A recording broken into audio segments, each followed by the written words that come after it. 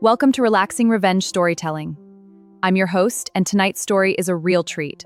My name is Tanya Carlson. I'm 41 years old. On a Tuesday morning last September, I sat in my parked car outside the Syracuse post office with an IRS transcript on my lap, and I read my own father's bank routing number printed next to $412,000 I never earned. The paper was warm from the printer. My hands were cold. The date on the LLC registration was my youngest daughter's birthday, and that's when I stopped breathing. What I did with that piece of paper, where it ended up, and what it cost the man who raised me to watch 14 people read it in silence at his own Thanksgiving table, that's what I'm about to tell you. But before I go any further, if you're listening to this and something about it already feels familiar, that knot forming below your ribs, that feeling of the ground tilting sideways under someone you trusted, I want you to stay. Welcome back to this channel, where we tell stories about people who discovered the truth, sat with it, and then decided what to do with it. If this is your first time here, consider subscribing, because the story I'm about to tell you is one of those quiet ones that changes shape the longer you hold it. Drop a comment if you've ever had someone in your family handle something important for you and felt a flicker of doubt you pushed away. I want to hear about it. Now, to understand how I ended up in that car with that transcript, you have to go back to the beginning, to who I was before I knew what my own father had been doing with my name for 9 years. I grew up in a split-level house in Cicero, just north of Syracuse, the kind of neighborhood where everyone had a driveway basketball hoop and you could smell someone's charcoal grill from 3 streets over on a Saturday. My father, Gerald Carlson, worked mid-level insurance for 31 years. He wasn't flashy. He wore polo shirts tucked into khakis and kept a calculator on the kitchen counter the way other dads kept car keys. Numbers were his language.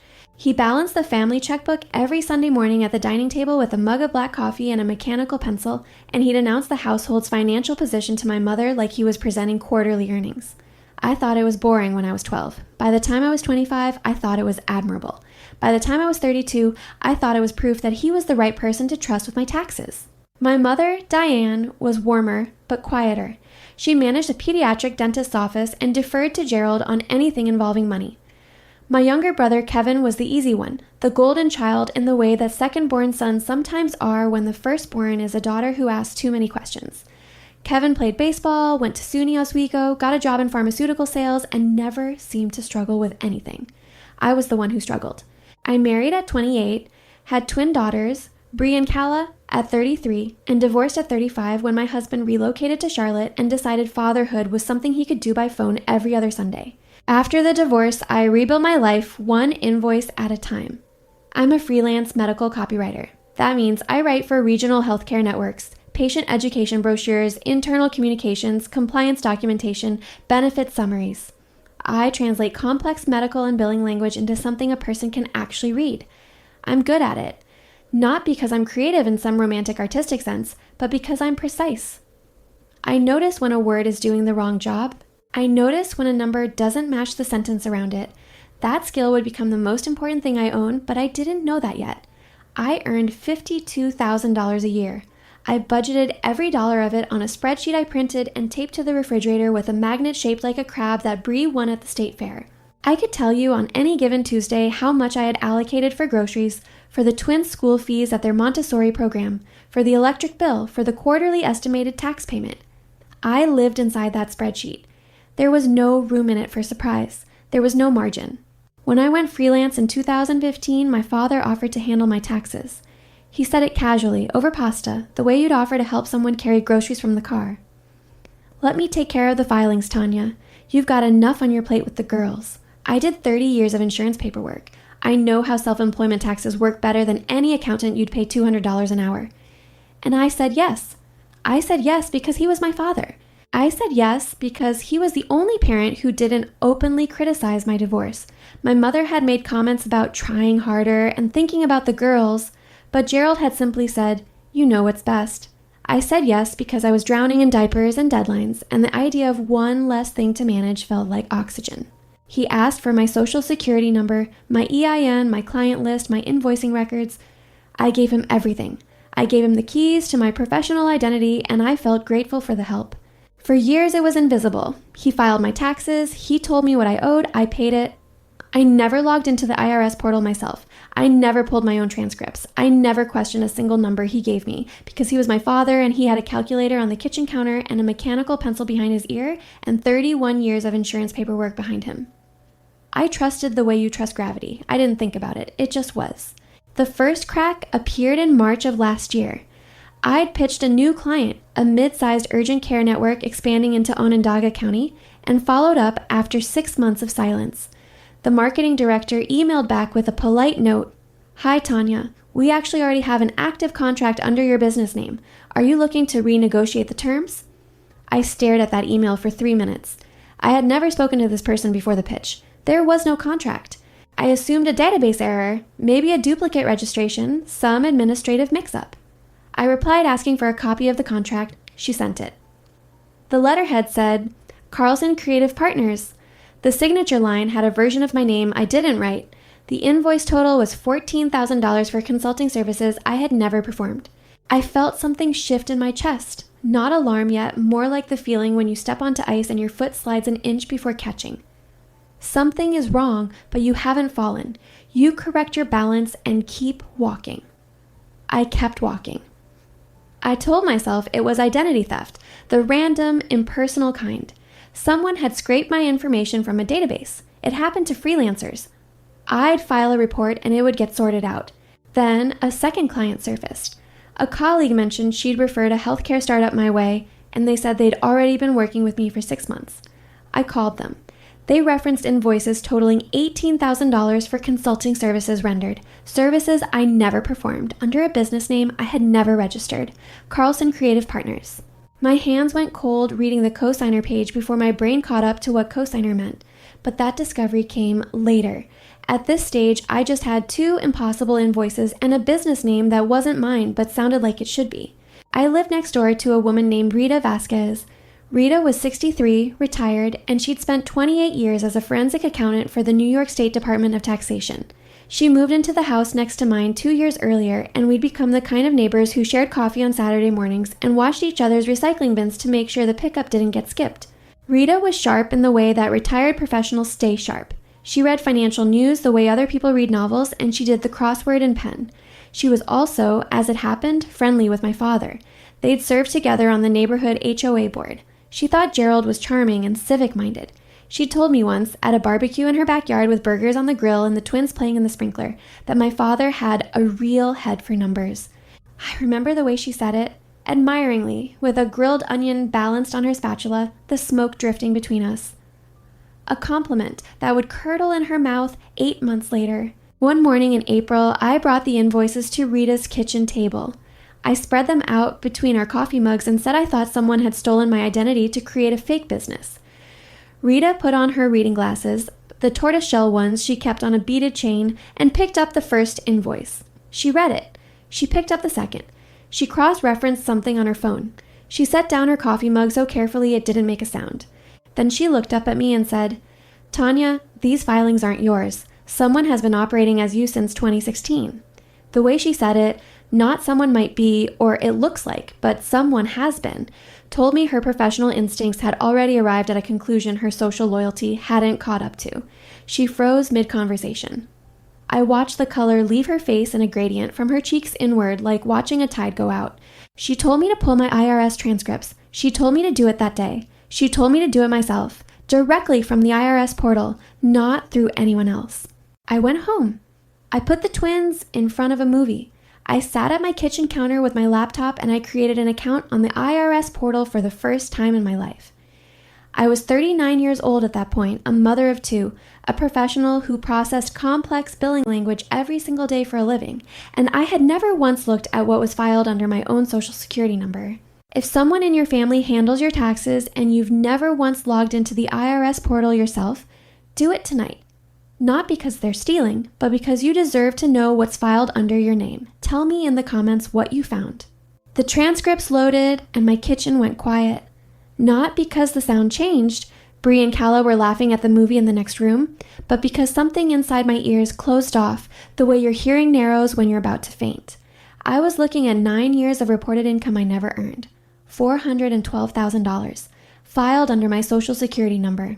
with quarterly estimated tax payments made just often enough and just large enough to avoid triggering an audit flag.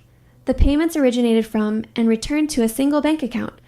I didn't recognize the account number, but I recognized the name on it, Gerald Carlson. I sat in my kitchen and I felt the floor of my understanding give way. Not crack, give way, like a trap door. Every tax filing he'd handled for me, every time he'd said, "You owe this much for the quarter," and I'd written the check. Every casual conversation about business deductions and estimated payments, all of it had been a performance. He hadn't been helping me manage my taxes. He'd been operating a parallel business under my identity, billing my clients and my industry for services that didn't exist, funneling the money through accounts I didn't know about, and paying just enough estimated tax to keep the IRS from looking twice. He didn't steal from a stranger.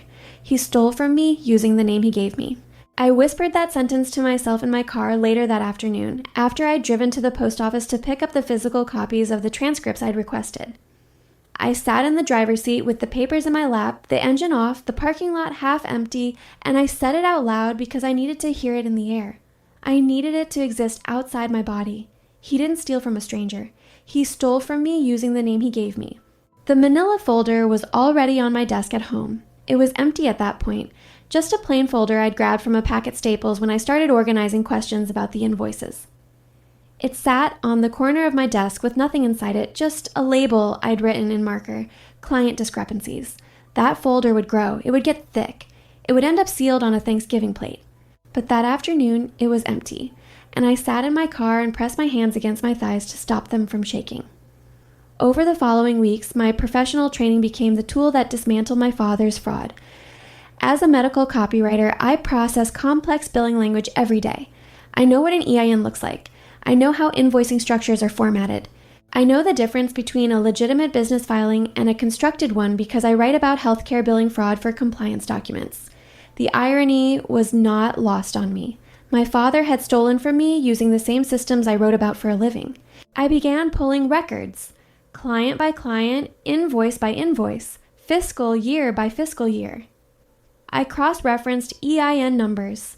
I tracked the LLC registration for Carlson Creative Partners and discovered it had been filed with the New York Department of State in 2016 on a date I recognized immediately, July 14th, Bree and Calla's birthday. My father had registered a shell company in my name on the day my daughters turned 1 year old.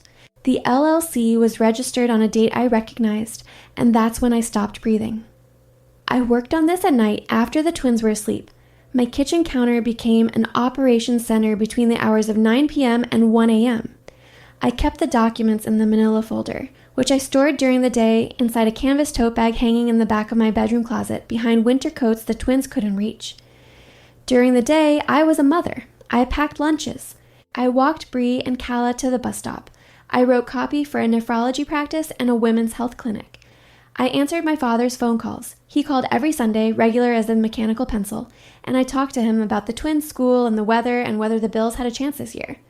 And every night, after the house was quiet, I pulled the tote bag from the closet and I sat at my counter and I built the case against him. Layer by layer, the scope expanded. I'd believed at first that the $412,000 was the full extent of it. It wasn't. In May, I discovered that Gerald had told the IRS I was his employee, not an independent contractor. This reclassification allowed him to claim my deductions and pocket the difference. He'd built a structure where he could extract money from my professional identity in multiple directions simultaneously, billing clients I didn't know about under my name, filing false employment records with the IRS to capture tax benefits, and using the inflated income figures for purposes I hadn't yet uncovered. Rita became my ally, though the transition wasn't clean. The evening I brought her the full transcripts, not just the 2 invoices, but the entire 9-year history, she sat at her dining table and read for 45 minutes without speaking. I watched her face. I watched her go from, "I'm sure there's an explanation," to something else entirely.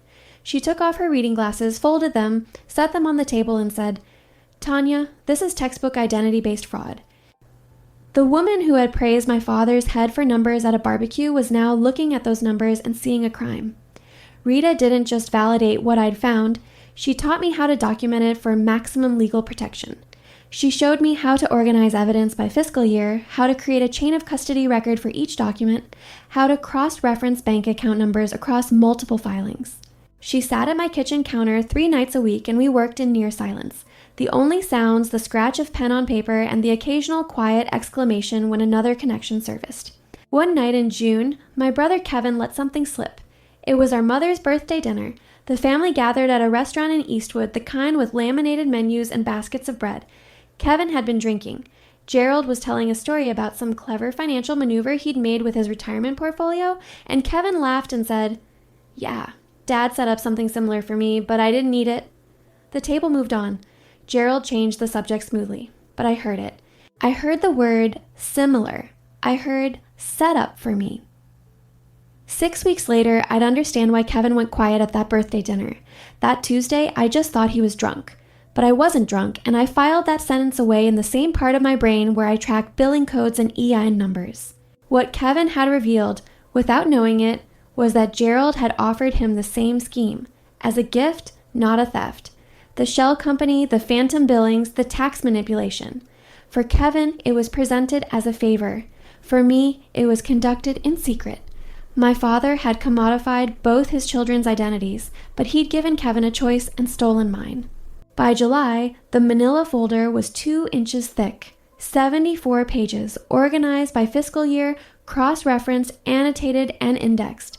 I had invoice copies, LLC registration documents, IRS transcripts, bank account records Rita had helped me trace, and the forged signature on the original LLC filing, a version of my name written by a hand that wasn't mine. I knew my father's handwriting. I'd grown up watching him fill out checks at the kitchen counter. The signature on that LLC was his hand trying to be mine.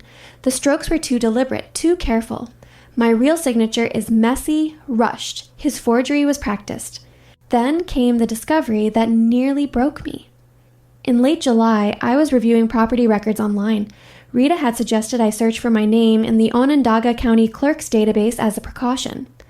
My name appeared on a document I had never seen. Gerald had used my inflated income, the phantom $412,000, to qualify me, without my consent, as co-signer on a $290,000 vacation property in the Finger Lakes. A lakefront cabin near Seneca Lake. I had never seen this property. I had never been asked to co-sign anything, and the property was now in pre-foreclosure with a 90-day redemption window and my name on the lien. My hands went cold reading the cosigner page before my brain caught up to what cosigner meant. It meant that if I did nothing, a $290,000 debt would attach to my name, my credit, my ability to keep the roof over my daughter's heads, the house where the spreadsheet hung on the refrigerator, the only stable thing I had built since my divorce. I had 90 days. That deadline changed everything. Until the Finger Lakes discovery, I had been building my case methodically, patiently. I could have continued gathering evidence for months, but the pre-foreclosure had a clock, and that clock was counting down. I needed to file a fraud affidavit removing myself as cosigner before the redemption window closed, or I would absorb the debt. And to file a fraud affidavit, I needed my documentation to be airtight. Every page, every reference, every cross-linked account number. I couldn't afford a single gap that Gerald or a lawyer could drive a truck through. The ticking clock compressed my preparation timeline. I worked every night until 2 a.m. Rita stayed later. The folder grew to 74 pages, and then I started a second folder for the property documentation alone. I hid both in the tote bag. I carried that bag with me when I left the house, even to the grocery store, because I couldn't risk Gerald finding it. Which brings me to the almost caught moment that nearly ended everything before it began. It was a Saturday in August.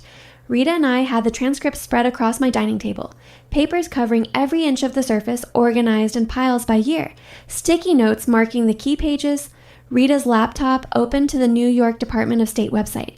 The twins were at a friend's house. We were deep into the 2019 filings when I heard a car door close in my driveway. I looked through the window. Gerald's silver Buick. He never came by unannounced. He always called first. Always. But there he was, walking up my front path carrying a bag from Wegmans. I looked at Rita. Rita looked at the table. We had maybe 45 seconds before he reached the door. I grabbed the tablecloth from the linen closet, the one I used for holiday dinners, cream with a lace border, and we threw it over the entire table. Papers, laptops, sticky notes, everything. I shoved 2 chairs under the table to block the view of the piles from below. Rita picked up her coffee mug and leaned against the counter. I opened the front door just as Gerald raised his hand to knock. "Dad, what are you doing here?" "Brought some of that olive bread you like from Wegmans. I was in the neighborhood." He hugged me at the door, and his cologne smelled like every safe Sunday of my childhood. Old Spice and coffee, the combination that had meant protection for 30 years and now meant the opposite of protection. He came inside. He set the bread on the kitchen counter. He noticed Rita and smiled. The HOA friend, the neighbor, perfectly natural for her to be here on a Saturday. They chatted about the new sidewalk project on the east end of the street. I stood between Gerald and the dining room, and I managed my breathing the way I imagine hostage negotiators manage their voices, each breath deliberate, controlled, shallow enough to keep my pulse under 120. Gerald glanced toward the dining room. "Having a formal dinner? Big tablecloth for a Saturday." "I'm thinking about refinishing the table," I said. Didn't want to get product on the floor. He nodded. He didn't walk toward it. He stayed in the kitchen, talked for 11 minutes. I watched the clock on the microwave, and then he left. He hugged me again at the door. The Old Spice again. The bread stayed on my counter. I locked the door behind him, and my knees buckled, and I sat on the hallway floor with my back against the wall, and I breathed for a full minute before I could stand up. Rita was already folding back the tablecloth. Her hands were steady. Mine were not. "We need a timeline for this, Tanya," she said. "You can't keep doing this in the open." She was right. After that Saturday, I changed my protocols. I moved all physical documents to Rita's house. I worked at her dining table instead of mine. I made copies of everything and stored the copies in a safe deposit box at a KeyBank branch on Erie Boulevard, a branch I'd never used, one Gerald had no connection to. I started photographing every document with my phone and uploading them to a cloud drive under an email address I created specifically for this purpose. 3 copies of everything, 3 locations. If Gerald found one, 2 survived. In September, things got harder in a way I didn't expect. Gerald took the twins to a Syracuse basketball game. He'd called and offered courtside seats, hot dogs, the whole experience. Bree and Calla came home incandescent.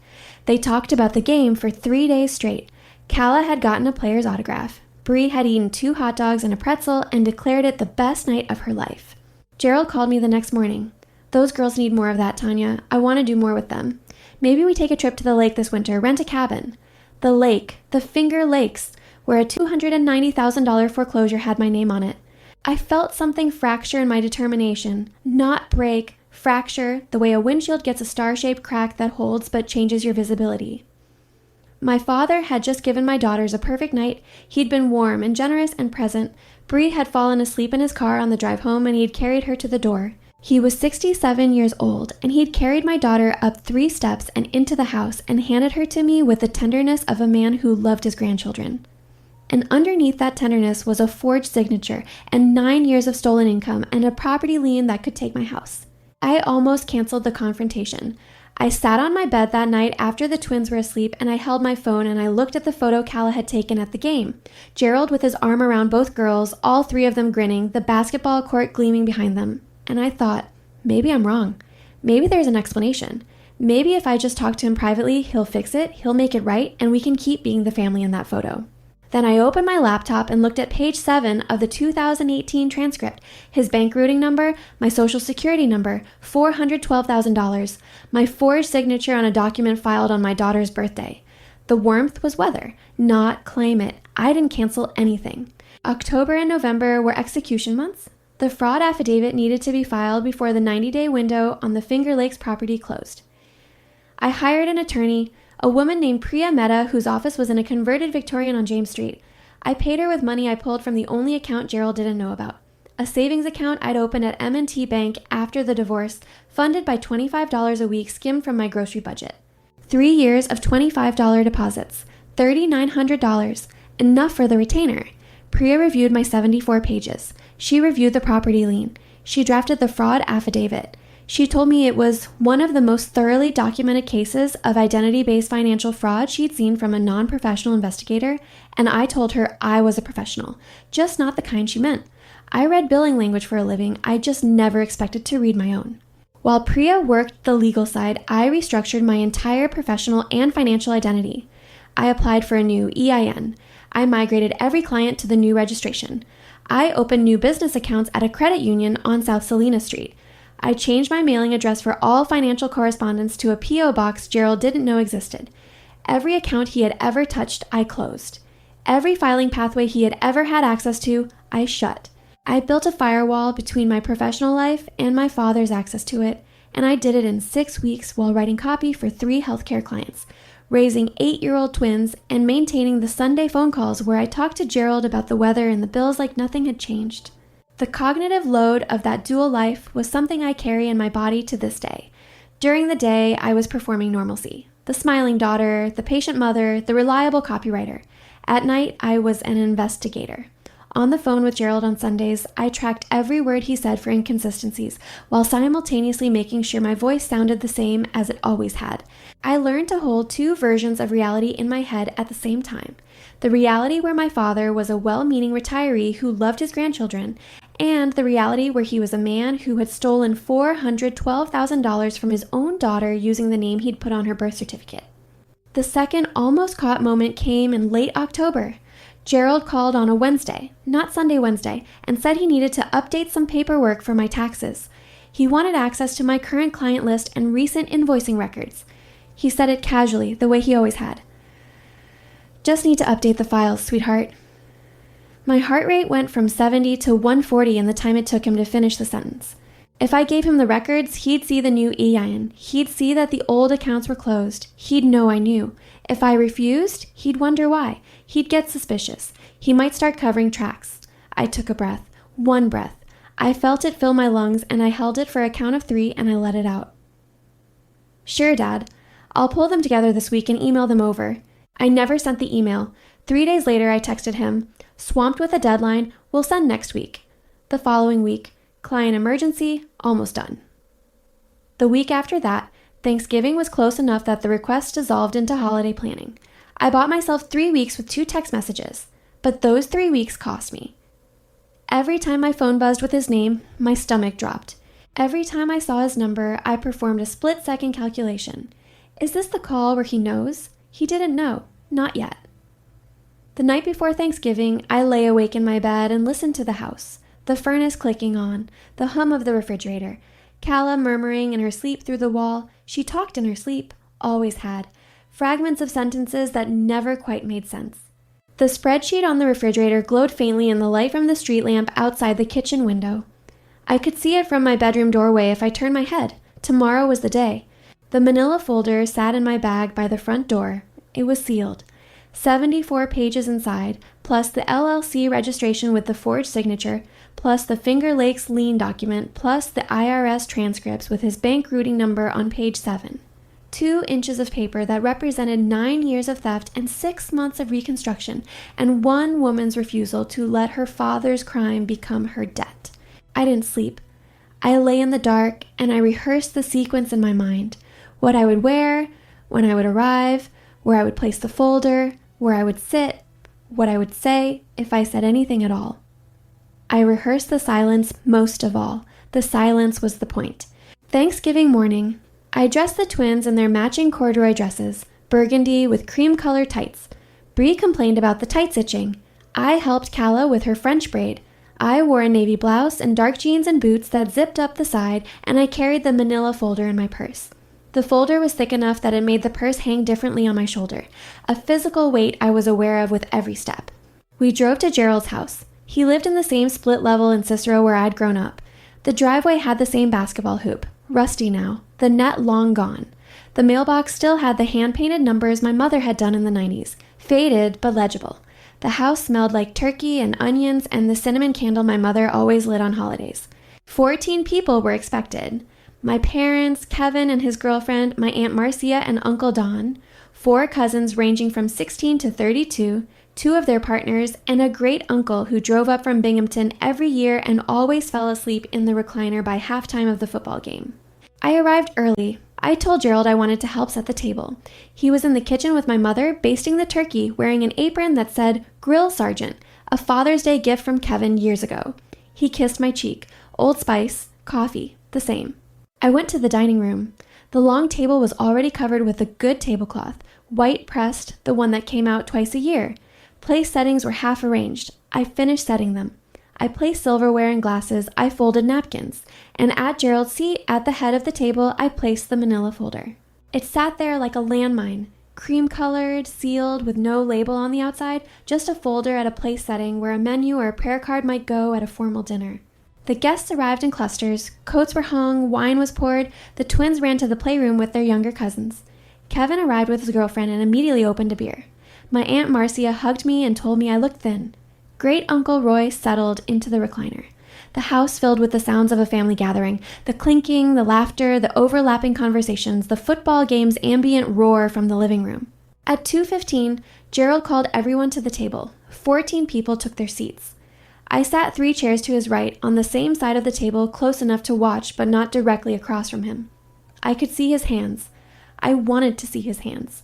Gerald settled into his chair. He noticed the folder. He picked it up, casually, the way you'd pick up a card at your place setting. He turned it over, no writing on the front or back. He looked at my mother. She shrugged. She hadn't placed it there. He looked at me. I was serving myself turkey. I put a spoonful of cranberry sauce on my plate. I didn't look up. He opened the folder. The first page was the LLC registration for Carlson Creative Partners, filed July 14th, 2016. My name. A signature that wasn't mine. I watched his hands. The right hand, which held the edge of the folder open, went still. The left hand, which had been reaching for the serving spoon, stopped midair. He didn't turn the page immediately. He read the first document for what felt like a full minute, probably 15 seconds, but time behaves differently when you're watching someone encounter the evidence of their own fraud. He turned to page 2. The IRS transcript for 2016, my social security number, his bank routing number, phantom income I never earned. His hands began to shake, not dramatically. A tremor, the kind you might not notice if you weren't watching for it. But I was watching for it. I'd spent 6 months watching his hands forge my signature and type my social security number and sign checks from accounts that shouldn't have existed, all in my imagination, all in the reconstruction I'd built in my head from 74 pages of evidence. Now I was watching his hands hold the proof. He turned to page 3, page 4. The room's conversation continued around him. Aunt Marcia was asking about Kevin's girlfriend's job. Uncle Don was arguing about a football call. 2 cousins were debating something about a movie, the noise of a family Thanksgiving. And at the head of the table, in silence, Gerald Carlson was reading the documentation of 9 years of fraud committed against his own daughter. He reached page 7, the page with his bank routing number linked to my social security number, the page I'd bookmarked with a small red sticky tab. He stared at it. I took a bite of turkey. I chewed. I swallowed. He looked up at me. His face had changed. The color was gone, replaced by a grayish undertone that made him look older than 67, closer to 80. His mouth opened. He closed it. He opened it again. "This is a misunderstanding," he said. His voice was quiet enough that only the people nearest to him heard. My mother, Kevin, my aunt. But quiet at a family table is louder than shouting. Conversation stuttered and stopped. Heads turned. I set my fork down. I looked at him directly for the first time since he'd opened the folder. "Page 7 has your bank routing number, Dad." The table went silent. Not the gradual trailing off of conversation, but the immediate total silence of 14 people who understand simultaneously that something enormous is happening, and they don't yet know what it is. I counted the silence. I couldn't help it. The part of my brain that tracks billing codes and invoice numbers counted automatically. 11 seconds. 11 seconds of silence at a Thanksgiving table while Gerald Carlson stared at page 7 and everyone else stared at Gerald. My mother spoke first. "Gerald, what is she talking about?" Gerald closed the folder. He pressed his hands flat on top of it as if he could seal it shut by force. His palms were leaving damp prints on the manila paper. "Diane, this is a business matter. It doesn't need to be discussed here." "The LLC was registered on Bree and Calla's birthday," I said. I didn't raise my voice. I said it at the same volume I'd used to pass the salt. "July 14th, 2016, the day your granddaughters turned 1. You registered a shell company in my name, using my social security number, on their birthday." Kevin set down his beer. His girlfriend looked at him. Something crossed Kevin's face. Not surprise. Recognition. He knew. Not the details, not the scope, but he knew the general shape of it because Gerald had offered him the same arrangement. "Dad set up something similar for me, but I didn't need it." That birthday dinner comment. Kevin had known there was something to know. Kevin, I said, still in the same even voice. Dad offered you the same setup, didn't he? Except he asked you. He didn't ask me. Kevin didn't answer. He pushed back from the table and left the room. I heard the back door open and close. The folder sat under Gerald's hands. Aunt Marcia leaned forward and gently pulled it toward her. Gerald resisted for a moment, then let go. Marcia opened it. She read the first page. She turned to the next. Uncle Don read over her shoulder. One of my cousins, Ellie the oldest, stood up and came around the table to read it from behind Marcia's chair. Gerald pushed back from the table. He stood. He looked at me, and I saw something in his face that I had never seen before. Not guilt exactly, but the specific terror of a man who has operated in secret for 9 years and is watching that secrecy collapse in real time in front of everyone who matters to him. Tanya, you should have come to me privately. You should have come to me at all, I said. He left the dining room. I heard him go upstairs. A door closed. My mother sat at her place with her hands in her lap and tears on her face and a plate of turkey she hadn't touched.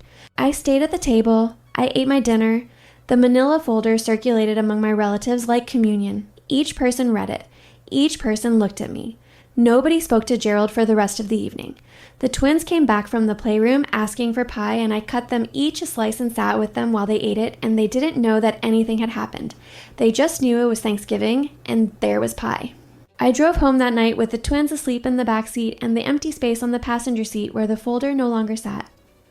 I had left it at Gerald's house. I didn't need it anymore. I had copies. 3 copies, 3 locations. The original could stay there, on that table, in that house. It belonged there now.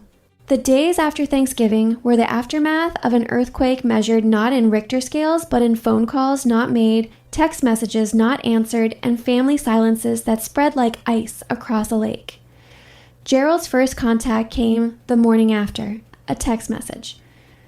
Tanya, we need to talk about this. Call me. Casual, the tone of a man who believed he could still manage the situation. I didn't respond. His second text came 4 hours later. This is all a misunderstanding, sweetheart. The LLC was meant to help you. I was building something for your future. Concerned now, explanatory, the word sweetheart deployed like a precision weapon. I didn't respond. By evening, the tone shifted. Tanya, you are being very unfair. I have done nothing but support you since your divorce. The least you can do is give me a chance to explain. Demanding. The sentence structure of a man accustomed to being deferred to. The word unfair doing heavy lifting in a sentence about $412,000 of identity fraud. I didn't respond. The next morning, a voicemail. His voice was different now. Tight, controlled, but with a vibration underneath. I don't appreciate being ambushed at my own Thanksgiving table. This is a family matter and you made it a spectacle. Your mother is very upset. You need to call me. I saved the voicemail. I uploaded it to the cloud drive. I didn't respond. Over the following week, Gerald's attempts escalated. He called Kevin. Kevin didn't answer. He called Aunt Marcia. Marcia told him she'd read the documents and she needed time to think. He called my mother, and my mother, for the first time in their marriage, told him she didn't know what to say to him. He drove to my house twice. Both times I saw the silver Buick from the window and didn't answer the door. The second time, he sat in my driveway for 20 minutes. I watched him from behind the curtain in the twins' bedroom. He stared at my front door, then he backed out and drove away. He called Rita. This was the move I'd expected, enlisting the mutual connection, the HOA friend, the woman who'd praised his head for numbers. He told Rita that Tanya was confused, that the LLC was a gift, that the tax situation was a legitimate business arrangement he'd set up to help his daughter's career. Rita listened. Rita told him she'd seen the documents and that what she'd seen was textbook identity-based fraud. She told him she was happy to discuss it further in the presence of an attorney. Gerald hung up on her. His narrative campaign began in early December. He told family members that I was going through something, the implication being that the divorce had destabilized me, that I was seeing threats where none existed, that I was turning a well-intentioned father's help into a criminal accusation. He told my cousin Ellie that I'd always been difficult about money. He told Uncle Don that the LLC was a surprise he'd been planning to reveal when it matured. But the narrative kept encountering the evidence. Everyone who had read that folder at the Thanksgiving table had seen page 7. They'd seen his bank routing number next to my social security number. They'd seen the forged signature. They'd seen the Finger Lakes property lien. Gerald could spin the story, but he couldn't unspin the numbers. Meanwhile, the legal machinery I'd built was doing its work. Priya filed the fraud affidavit with the Onondaga County Clerk's Office in the first week of December, 43 days before the redemption window closed. The affidavit removed my name from the Finger Lakes property cosigner arrangement. The property would proceed to foreclosure, but it would proceed under Gerald's name alone. I closed every account Gerald had ever had access to. I redirected all client correspondence to my new EIN, my new business address, my new P.O. box. I built a financial identity that was entirely mine. No shared accounts, no shared access, no shared pathways.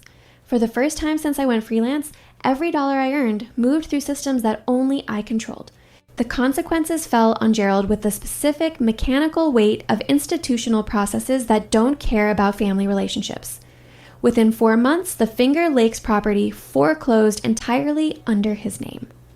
His credit score collapsed, the kind of collapse that follows when a $290,000 foreclosure attaches to your record at 67 years old with no active income to offset it. His phantom billing stream died because the clients were now connected to my new EIN. The old LLC had been flagged and there was no infrastructure left for him to operate through. Kevin stopped returning Gerald's calls, not because Kevin was on my side. Kevin was on Kevin's side. Kevin's own arrangement with Gerald was now exposed to scrutiny. The same family members who had read my folder at Thanksgiving were now asking Kevin questions he didn't want to answer. Kevin's silence was self-preservation, not solidarity, but the effect was the same. Gerald lost his son's voice along with his daughter's. My mother called me once in January. She said, "I didn't know." I believed her. She said, "I don't know what to do." I told her I loved her and that she didn't have to do anything. She said, "He keeps saying you're overreacting." I said, "Mom, there are 74 pages of documentation. He can say whatever he wants." She cried. I cried. We hung up. She called again in February. We talked about the twins. We didn't talk about Gerald. The manila folder's final resting place is a fireproof safe in my new home office. I bought the safe at a Lowe's on Route 11 in January, a compact model with a digital keypad, and I bolted it to the floor of my office closet. Inside the safe, the original folder. Beside it, Bree and Calla's savings account statements. 2 documents that represent 2 different relationships to a child's financial identity. One is a crime, the other is a promise. The first morning, I woke up knowing the fraud affidavit had been filed and my name was clean. Truly clean, no liens, no phantom income, no shell company, no cosigner status. I lay in my bed and I listened to the house, the furnace, the refrigerator. Calla murmuring in her sleep. The same sounds as the night before Thanksgiving, but different now because I was different. The knot below my ribs, the one that had formed the day I read the first transcript and had tightened every day since, loosened. Not all at once, not dramatically, like a fist slowly opening, like circulation returning to fingers that have been clenched too long. I got out of bed. I made coffee. I stood in my kitchen in the gray Syracuse winter light and I drank it slowly, without checking my phone, without scanning for Gerald's name in my notifications, without the split-second calculation of whether this was the day the secret collapsed. There was no secret anymore. There was no dual life. There was just one life, and it was mine. I walked to the refrigerator. The spreadsheet was still there, held by the crab magnet, but I'd updated it. The numbers were different now. My income was the same, $52,000, but the pathways were clean. Every dollar came in through accounts I controlled. Every tax filing was prepared by an accountant I hired with my own money. Every client engagement was documented under an EIN that no one else could access. The spreadsheet was still tight. There was still no margin for surprise. But the numbers were mine. Every one of them was mine. Weeks passed. The adjustment was strange, not dramatic, not triumphant, just strange. I'd reach for my phone on Sunday mornings and realized there was no call to perform. Gerald had stopped calling. The silence from him was different from the silence I'd given him. His was involuntary, born of having exhausted every avenue of contact and found each one closed. Mine was chosen. I noticed my body doing things it hadn't done in months. My shoulders dropped away from my ears. I stopped grinding my teeth at night. My dentist noticed at a February checkup and asked if I'd changed something about my stress levels. I laughed, and the dentist laughed, and I couldn't explain why it was funny, but it was. Changed something about my stress levels. Rita and I still had coffee on Saturday mornings, but the kitchen counter was just a kitchen counter now, not an operations center. We talked about the neighborhood, about her grandchildren in Rochester, about a book she was reading about financial literacy she wanted to pass on to Bree and Calla when they were older. We talked like neighbors. The forensic partnership had dissolved back into friendship, and the friendship was better for having survived the partnership. Spring came. Syracuse springs are mud and gray and then suddenly green, and the green that year felt personal, like the city was unclenching along with me. I took on 2 new clients, a pediatric practice and a community health center, and the work felt different. Not better or worse, just mine. No phantom invoices would attach to these relationships. No one was operating in my shadow. On a Saturday morning in late April, Bree and Calla sat at the kitchen table doing math homework. Fractions. Calla was frowning at her worksheet, her pencil eraser pressed against her lip the way she does when she's thinking hard. Bree was already done, reading ahead in her book. I was writing at the counter, a patient education pamphlet about managing diabetes, straightforward language for complicated medicine, the kind of work I'd built my career on.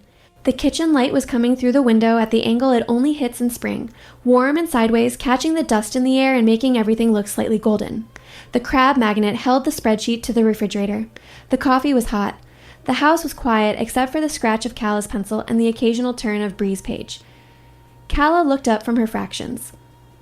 "Mom, do we have our own bank accounts?" I set my pen down. I looked at her.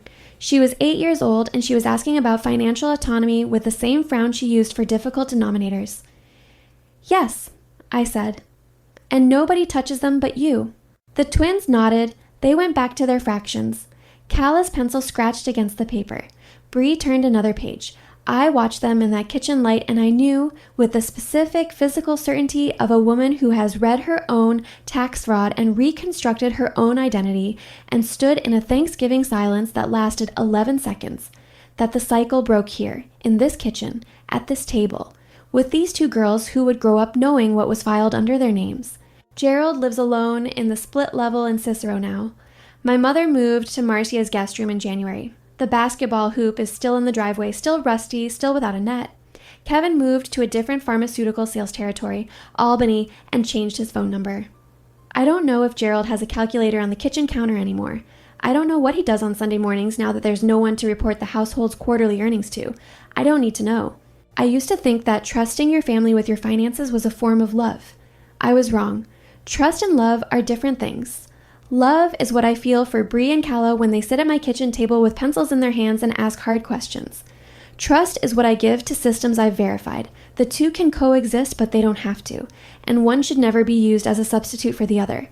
I used to think that leaving a situation like mine, untangling yourself from someone who has woven their control through your taxes, your credit, your professional identity, required some kind of dramatic breaking point, a fight, a scene, an ultimatum. I was wrong about that too. What it required was a manila folder, a forensic accountant who lived next door, 6 months of night work after the twins were asleep, and the willingness to sit at a table and say nothing while the truth did the speaking. If you're listening to this and you've never logged into the IRS portal, if you've never pulled your own transcripts, if someone you love handles your finances and you've never verified what they've filed, this is not an accusation. This is a key. Go look. Know what's under your name. You deserve that knowledge, not because anyone is necessarily stealing from you, but because your name is yours. That's the story I came here to tell. One manila folder that started empty and ended in a fireproof safe. One forged signature on a document filed on twin girls' birthday.